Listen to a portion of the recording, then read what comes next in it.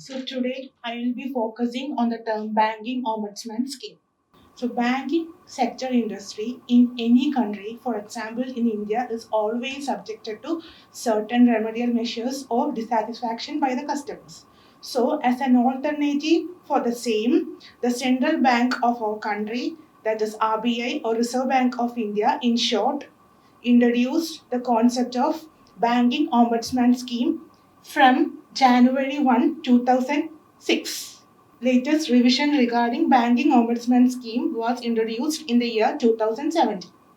Now, which all banks or institutions are covered under the scheme? They can include scheduled cooperative banks, regional rural banks or RRBs, scheduled primary cooperative banks, etc. Now, who is known as a banking ombudsman? So, banking ombudsman is a person or senior person having expertise in the field of law, finance, banking, etc.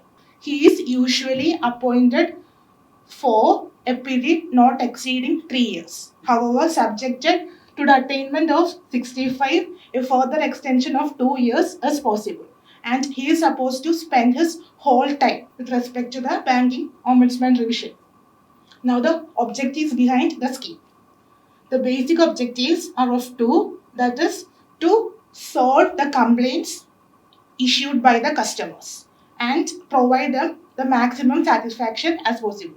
And the nature of complaints usually received by the banking ombudsman include non-payment or inordinate delay in the payment or collection of checks, bills, demand drafts, etc., non-payment or delay in the payment of inward remittance, failure to issue demand drafts, banker checks, etc., and not following the prescribed banking hours, refusal to open deposit accounts without any valid reason, levying of charges or levying of fees without informing the concerned authorities, refusal or time lag in solving or closing the accounts of the customers, non-observance of the guidelines issued by the central bank, RBI, etc. And for the procedure, nowadays both online and offline complaints measures are offered. With respect to online complaints, just log in to a website and just write the complaint, whatever it is. And with respect to offline complaint, just take a piece of paper, just take a white paper and write the complaint and forward to the concerned authorities. Usually, a customer can file a complaint based on the following grounds. The bank fails to provide reply to the customer's complaint within 30 days or 1 month.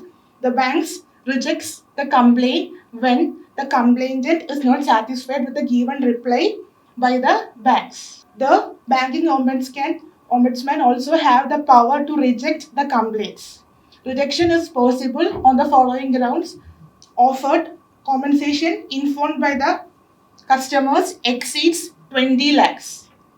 Also requires consideration of elaborate documentary and evidence. If the evidence is not proper, then also rejection is possible by the ombudsman or the expert person.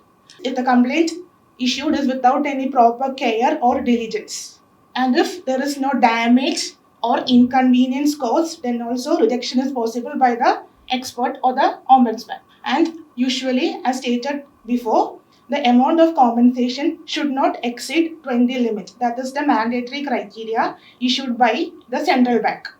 However, in certain cases, in the case of mental agony or harassment faced by the customer, a further amount of 1 lakh is possible. The banking ombudsman will consider the loss of the complainants or customers' time, expenses, etc. while giving the compensation. And the settlements of complaints are of three types, that is by award, agreement, recommendation, and award. With respect to agreement, an agreement of settlement is usually made between the complainant and the bank with the proper mediation or liaison between the banking ombudsman and these two parties, that is the customers and the concerned bank. Recommendation.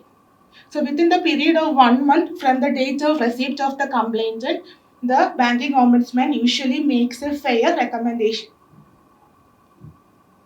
and the same information will be passed on to the customer who is dissatisfied or who has shown the complaint. The proper communication should be given by the banking ombudsman within 2 weeks of that proper communication.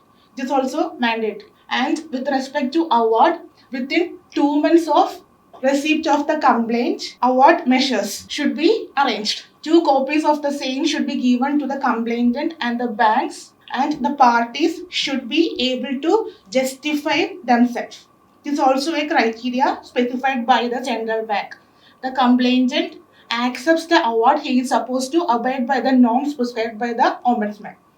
That is, the customer is supposed to follow all the rules and regulations prescribed by the RBI or banking ombudsman.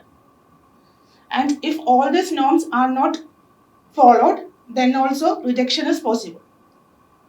Complainant cannot be satisfied if he rejects or does not follow the rules and regulations prescribed by RBI or the ombudsman. So, for the day, we have discussed about banking ombudsman. So, banking ombudsman is a person, senior person, established by RBI to reduce the complaints or remedial measures to the customers. Nowadays, both online and offline settlements are possible. Usually, 20 lakhs is the amount of compensation given. Maximum amount should not exceed 20 lakhs. However, in certain cases, an amount of 1 lakh is also given in the case of serious mental agony or harassment faced by the customers. The customer's loss, expenses, etc., inconvenience, etc., faced are also considered. And some rejection criteria are also there.